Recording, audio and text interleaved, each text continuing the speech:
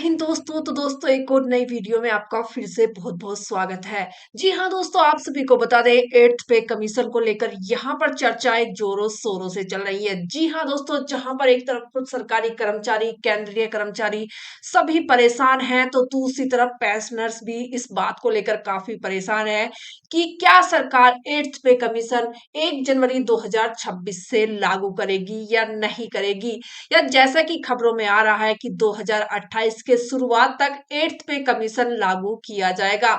ये वहीं पर क्या सरकार 1 जनवरी 2026 से एरियर देगी या उससे बाद में एरियर देना शुरू करेगी? जैसा सेवंथ पे कमीशन में हुआ, क्या वैसा होगा या कुछ उससे अलग हटकर होगा? जी हाँ दोस्तों, यहाँ पर सभी कर्मचारी और पेंशनरों के लिए काफी बड़ी खबर निकल कर आई है।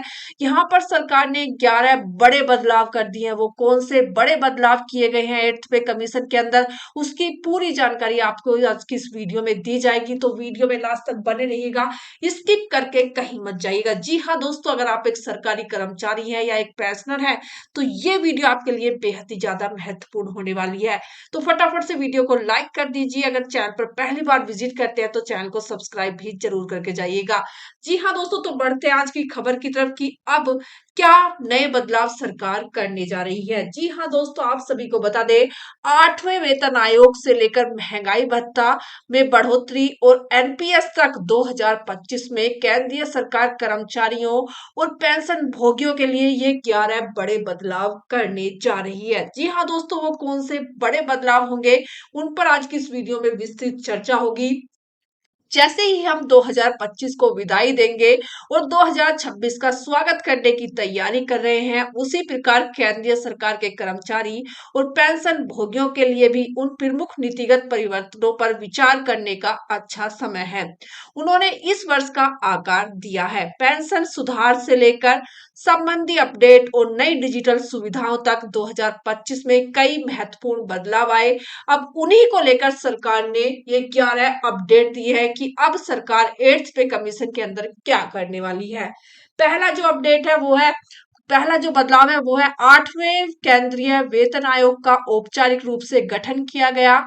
इसके कार्य क्षेत्र टीओआर को 2025 के अंत में अधिसूचित किया गया। केंद्रीय सरकारी पेंशन भोगियों के बीच इस बात को लेकर बढ़ती चिंता के बीच क्या पेंशन को 8वें केंद्रीय वेतन आयोग के दायरे से बाहर रखा जाएगा?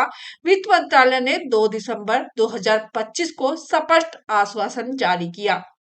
साथ ही साथ सरकार ने पुष्टि की कि 8वें पेंशन को लेकर 8वें सीपीसी दायरे से बाहर नहीं रखा गया है।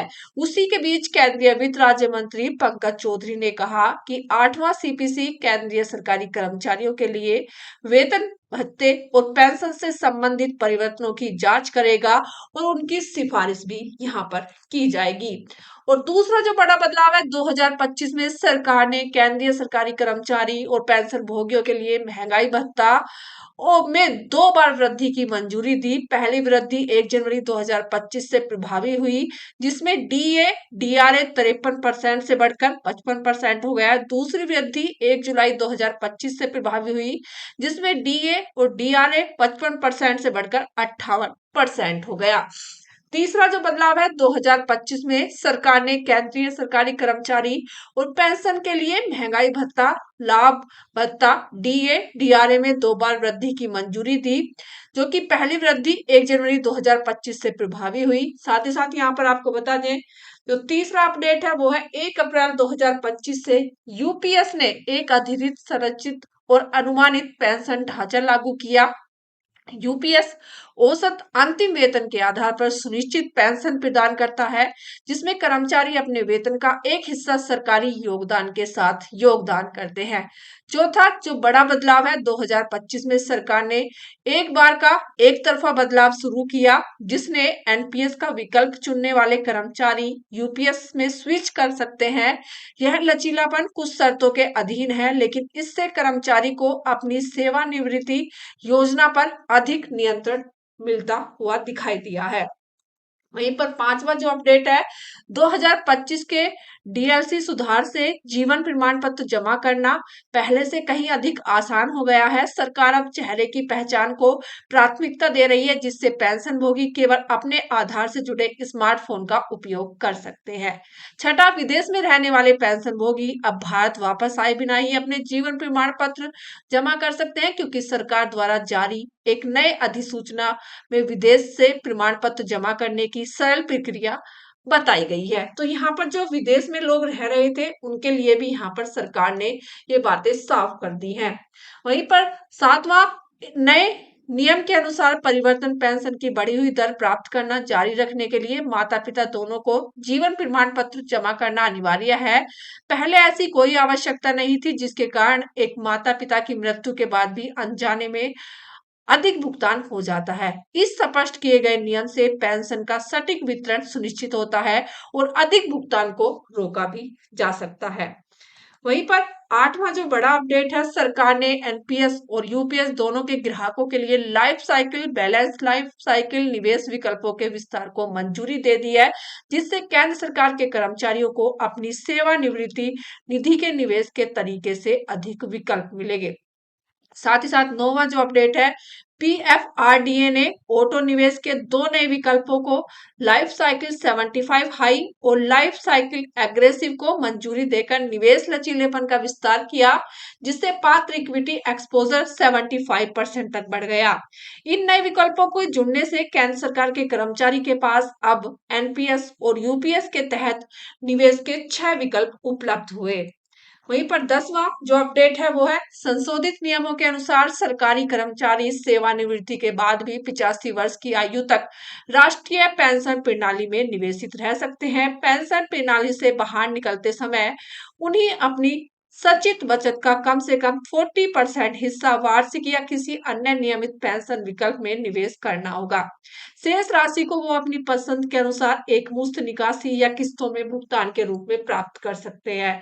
11वां जो कि सबसे बड़ा बदलाव है, नई कर व्यवस्था के तहत केंद्र सरकार ने पेंशन भोगी और कर्मचारियों को ब्याज आय और पेंशन सहित कुल 12 लाख रुपए की आय पर कर से छूट दी गई है। तो यहाँ पर सरकार ने 11 बदलाव किए हैं 8th पे कमीशन के अंदर। साथ ही साथ यहाँ पर एक और बड़ी खबर निकल कर आ रही है। जी हाँ दोस्तों, आप सभी को बता दें, सरकारी कर्मचारियों के लिए बेहद ही बुरी खबर। 8वें वेतन आयोग में देरी से एचआरए के रूप में 3.8 लाख रुपए तक का नुकसान हो सकता है। जी हाँ दोस्तों, आप सभी को बता दें, जिस तरह से 8th पे कमीशन के अंदर देरी होगी, उसी प्रकार से यहाँ पर एचआरए वाले जो कर्मचारी हैं उनको यहाँ पर भारी भरकम नुकसान देखना पड़ सकता है। यदि 8वें वेतन आयोग में जनवरी 2026 के बाद देरी होती है तो केंद्र सरकार के कर्मचारी को भारी वित्तीय नुकसान देखना पड़ सकता है। संशोधित मूल वेतन और महंगाई भत्ता का बकाया तो दिया था, लेकिन मकान किराया भत्ता यानी एचआरए का बकाया नहीं दिया जाता, जिससे 2 वर्षों में 3.8 लाख रुपए तक की संभावित नुकसान हो सकता है।